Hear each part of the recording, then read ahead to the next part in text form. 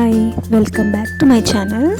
ఈరోజు మనము రాగి గారెలు చేసుకున్నాం. అది కూడా మనకి ఎప్పుడైనా ఇంట్లో కొద్దిగానే ఇడ్లీ పిండి మిగిలిపోతుంది కదా, ఇలా అది మనకి ఏంటంటే ఉత్తప్పం వేసుకోలేము, ఇడ్లీ కూడా వేసుకోలేము. ఆ టైంలో ఏంటంటే మీరు దాంతోనే గారెలు చేసుకోవచ్చు. ముందు మీరు అలా పిండిని మొత్తం ఒక గిన్నెలో వేసేసుకొని ఇడ్లీ పిండిని దాంట్లోనే మనము రాగి పిండి, నేను ఇక్కడ 1 కప్పు రాగి పిండి తీసుకున్నాను.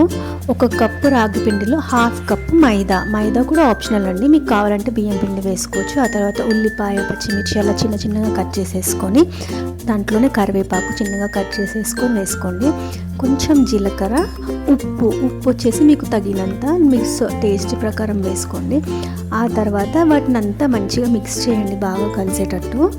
మిక్స్ చేసిన తర్వాత మీరు ఇప్పుడు మనము వడ బ్యాటర్ ఎలా ఉంటుందో, వడ వేసుకునే పిండి సేమ్ అలాగే గారెల పిండి ఎలా చేసుకుంటామో లూజ్గా, కన్సిస్టెన్సీ ఎలా ఉంటుందో మీరు అలాగే దాన్ని మిక్స్ చేసుకోవాలి. ఇప్పుడు మీరు ప్యాన్ ఆయిల్ హీట్ అయ్యాక గారెలు వేసేసుకోవడమే. చూడండి మీకు ఎంత బాగా వస్తుందో, సేమ్ మనకి గారెల టేస్టే ఉంటుంది. ఇక్కడ ఏంటంటే రాగి పిండి మనకి బోన్ స్ట్రెంత్ కూడా మంచిది, ప్లస్ ఆరోగ్యం కూడా మంచిది కాబట్టి అప్పుడప్పుడు ఇలా కూడా ట్రై చేయండి. టేస్ట్ కూడా చాలా బాగుంటుంది, నిజంగా చెప్తున్నాను. ఒక్కసారి మీరు ట్రై చేసి ఎలా వచ్చిందో చెప్పండి. రెగ్యులర్గా కాకుండా అప్పుడప్పుడు ఇలా కూడా చేసి పెడితే పిల్లలకి హెల్త్కి కూడా మంచిది, మనకు కూడా మంచిది. మామూలుగా ఉత్తగా తినమంటే ఎవ్వరు తినరు కదా రాగిది, ఇలా చేసి పెట్టండి ఇడ్లీ పిండితో పాటు, చాలా బాగుంటుంది టేస్ట్ కూడా.